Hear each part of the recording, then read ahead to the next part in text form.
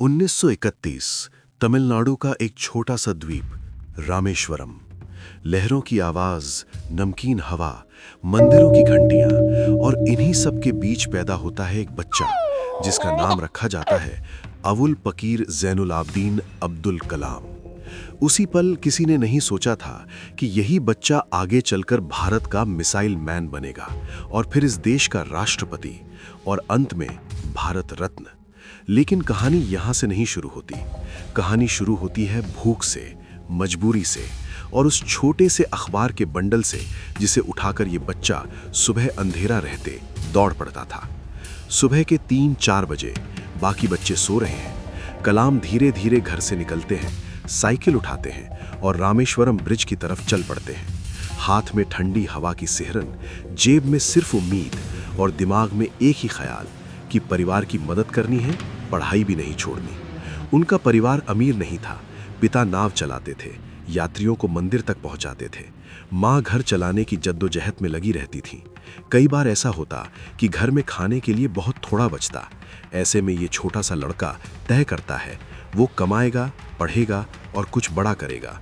लेकिन कैसे, ये उसे खुद भी नहीं पता था। क्लास में जब टीचर उड़न खटोले, पक्षी और आसमान की बातें करते तो कलाम की आंखों में चमक आ जाती। उसे उड़ान से प्यार था। वो घंटों समंदर किनारे बैठकर जहाज़ों और आसमान की तरफ जाती उड़ानों को देखता रहता।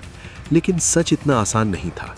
स्कूल से वापस आने के बाद वो अखबार बांटता, कुछ रुपए कमाता, फिर रात को चुपचाप पढ़ाई। कई बार उसे मजाक का सामना भी करना पड़ा।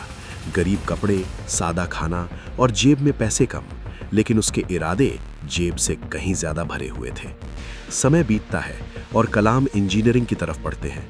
मद्रास इंस्टीट्यूट ऑफ टेक्नोलॉजी में एरोनॉटिकल इंजीनियरिंग में दाखिला मिलता है। ये वही सपना था, हवाई जहाज, इंजन, उड़ान। लेकिन ये सपना सस्ता नहीं था। फीस ज्यादा थी, घर की हालत कमजोर। किसी तरह परिवार पैसे जोड़ता है, लेकिन कॉलेज में एक दिन एक बड़ा झटका लगता है। उनका एक प्रोजेक्ट समय पर पूरा नहीं हो पाता। क्लास में प्रोफेसर गुस्से में आकर कहते हैं, अगर तुमने ये प्रोजेक्ट तुरंत पूरा नहीं किया तो मैं तुम्हारी स्कॉलरशिप रद्द कर दूंगा। तुम यहाँ से निकाले भी जा सकते हो।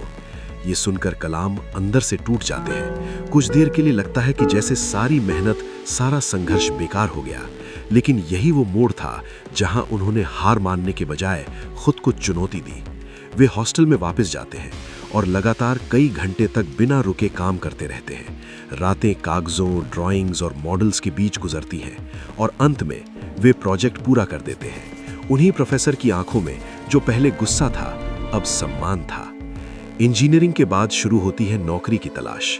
पहला सपना एयरफोर्स पायलट बनना। टेस्ट देते हैं, नतीजा आता है और कलाम लिस्ट में चयन से नीचे रह जाते हैं, सिर्फ कुछ रैंक से पीछे। बहुतों के लिए यही कहानी खत्म हो जाती, लेकिन कलाम ने सोचा शायद मेरा आकाश थोड़ा अलग होगा। मैं उड़ूंगा, पर किसी और रूप में। फिर उन्हें मिलती है रक्षा अनुसंधान और विकास संगठन यानी DRDO में नौकरी। यहाँ वे हॉवरक्राफ्ट पर काम करते हैं। प्रयोग होते हैं, मशीनें बनती हैं, कुछ चलती हैं, कुछ नहीं। फेलियर आते हैं, लेकिन वो वहीं टिके रहते हैं। इसके बाद उनकी पोस्टिंग होती है इसरो में। यहाँ से असली उड़ान शुरू होती है। भारत अपना खुद का सैटेलाइट स्पेस में भेजना चाहता था। Project SLV-3। कलाम प्रोजेक्ट डायरेक्टर बनाए जाते हैं। पहली लॉन्च, सबकी सांसें थमी हुई। काउंटडाउन शुरू। 10, 9, 8। रॉकेट आकाश की तरफ बढ़ता है, लेकिन कुछ ही सेकंड में सिस्टम फेल हो जाता है। रॉकेट समंदर में गिर जाता है। पूरा देश निराश। टीवी, रेडियो, चारों तरफ सवाल। लेकिन अगले दिन प्रेस कॉन्फ्रेंस में प्रोजेक्ट के चीफ घोषणा करते हैं, ये असफलता मेरी है, सफलता टीम की होगी। और बैकग्राउंड में चुपचाप खड़े कलाम सोच रहे होते हैं, हम दोबारा कोशिश करेंगे और इस बार असफलता हमसे दूर रहेगी। कुछ साल बाद दूसरी लॉन्च होती है। इस बार रॉकेट बादलों को चीरता हुआ ऊपर जाता है, कक्षा में प्रवेश करता है और भारत का पहला स्वदेशी सैटेलाइट सफलतापूर्वक स्थापित हो जाता है। यहीं से नाम पड़ता है भारत के सपनों को उड़ान देने वाला वैज्ञानिक। अब अगला अध्याय, मिसाइल मैन। भारत को अपनी सुरक्षा के लिए स्वदेशी मिसाइलों की जरूरत थी। कलाम इस मिशन के केंद्र में आ जाते हैं। एक एक कर प्रोजेक्ट शुरू होते हैं। अग्नि, पृथ्वी, आकाश, नाग। लैब में अनगिनत रातें, टेस्टिंग ग्राउंड पर तपती धूप और दिमाग में एक ही लक्ष्य, भारत को इतना सक्षम बनाना है कि कोई भी आंख उठाकर देखे तो 100 बार सोचे। कई टेस्ट फेल, कई बार डेट पोस्टपोन, आलोचना भी, लेकिन हर असफलता उन्हें और जिद्दी बना देती है। आखिरकार भारत के पास अपनी मिसाइलें हैं, अपना आत्मविश्वास है। 1998 राजस्थान का पोखरण, गहरी गोपनीयता में ऑपरेशन चलता है। कुछ ही लोगों को असली जानकारी। कलाम, सेना के टॉप अधिकारी, वैज्ञानिकों की टीम, मिट्टी के नीचे छिपे उपकरण, रेगिस्तान की तपती रेत और ऊपर नीला आसमान। फिर अचानक जमीन हिलती है। भारत के इतिहास में दर्ज होता है पोखरण 2। भारत खुलकर दुनिया के सामने परमाणु शक्ति के रूप में खड़ा हो जाता है। ये सिर्फ विज्ञान की जीत नहीं थी, ये आत्मसम्मान की जीत थी। देश के गांवों से लेकर शहरों तक एक ही नाम गूंजने लगता है, डॉक्टर APJ अब्दुल कलाम। इसी योगदान के लिए उन्हें 1997 में भारत का सर्वोच्च नागरिक सम्मान भारत रत्न दिया जाता है। एक लड़का जो कभी सुबह सुबह अखबार बांटता था, अब भारत रत्न है। 2002 में कहानी एक बिल्कुल नया मोड़ लेती है। एक वैज्ञानिक देश का राष्ट्रपति बनता है। डॉक्टर APJ अब्दुल कलाम भारत के 11वें राष्ट्रपति। लेकिन ये राष्ट्रपति अलग था। राष्ट्रपति भवन में बच्चों के लिए दरवाजे खुल जाते हैं। कॉलेज, स्कूल, जहां भी जाते एक ही बात कहते, सपने वो नहीं जो सोते हुए आते हैं, सपने वो हैं जो आपको सोने नहीं देते। वे फाइलों में नहीं खोए, वे युवा दिमागों के बीच जीते। उनका असली ऑफिस अक्सर क्लासरूम बन जाता था और उनकी असली कुर्सी वो थी जहां बैठकर वे छात्रों से सवाल जवाब करते। 27 जुलाई 2015 शिलोंग के एक इंस्टीट्यूट में वे लिविंग लाइफ पर्पसफुली पर लेक्चर दे रहे थे। स्टेज पर चलते हुए, स्लाइड बदलते हुए अचानक वे रुक जाते हैं, कुछ क्षण के लिए ठहरते हैं और फिर मंच पर गिर पड़ते हैं। कुछ ही घंटों में खबर फैल जाती है, डॉक्टर APJ अब्दुल कलाम अब नहीं रहे।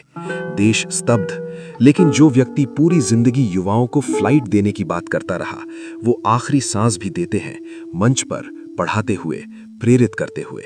जब उनकी निजी चीजों की लिस्ट लोगों के सामने आती है तो दुनिया फिर हैरान होती है। संपत्ति, कुछ साधारण कपड़े, कुछ जोड़ी जूते, एक पुराना ब्रीफकेस और करीब 2500 किताबें। कोई विशाल बंगला नहीं, कोई बड़ी प्रॉपर्टी नहीं। उनकी असली संपत्ति थी उनके विचार, उनके सपने और करोड़ों युवाओं के दिलों में जगा हुआ भरोसा। अखबार बेचने वाले उस छोटे से लड़के ने रॉकेट, मिसाइल, परमाणु परीक्षण और राष्ट्रपति पद तक की पूरी यात्रा तय की। लेकिन सबसे बड़ी बात, वो कभी ऊपर से आदेश देने वाला व्यक्ति नहीं बना, बल्कि हमेशा आम लोगों के साथ जमीन पर खड़ा इंसान बना रहा। डॉक्टर APJ अब्दुल कलाम हमें ये सिखा कर चले गए कि सपनों की कीमत बैंक बैलेंस से नहीं, इरादों की गहराई से तय होती है, कि असफलता अंत नहीं, अगली कोशिश की तैयारी है, और ये कि एक साधारण घर में जन्मा बच्चा भी पूरे देश का प्रेरणा स्तंभ बन सकता है। अगर ये कहानी आपके दिल को छू गई है तो इसे सिर्फ सुनकर मत छोड़िए, अपने भीतर के सपनों को जगा दीजिए, उन्हें उड़ान दीजिए, क्योंकि एक कलाम गया है लेकिन करोड़ों नए कलाम अभी पैदा होने बाकी हैं। दोस्तों, कलाम साहब सिखाते हैं, सपने छोटे मत रखो। अगर ये कहानी छू गई तो करें लाइक, शेयर और कहानी विरासत को करें सब्सक्राइब।